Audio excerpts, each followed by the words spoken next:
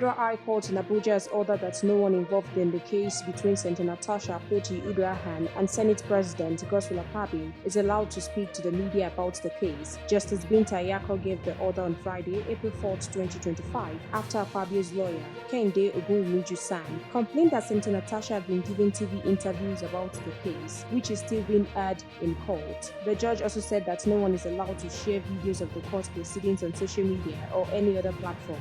This decision came just one day after the Chief Judge of the Federal High Court, Justice John Tosoo, moved the case to Justice Binta Ayako. The case was being handled by Justice Obiora Igwatu, who stepped down after Akpabio claimed the judge was biased. The case will now start fresh under Justice Ayako. Senator Natasha, who is suspended from the Senate for 6 months, had earlier accused Akpabio of misconduct and has also had clashes with other senators. She also thanked INEC recently for rejecting her recall, saying it did not follow the rules. The case has gained a lot of reaction, but with the new court order, everyone involved must stay silent until the court makes a decision. We'll continue to supply you more trending news updates and exclusive videos. Keep watching NaijaNews TV.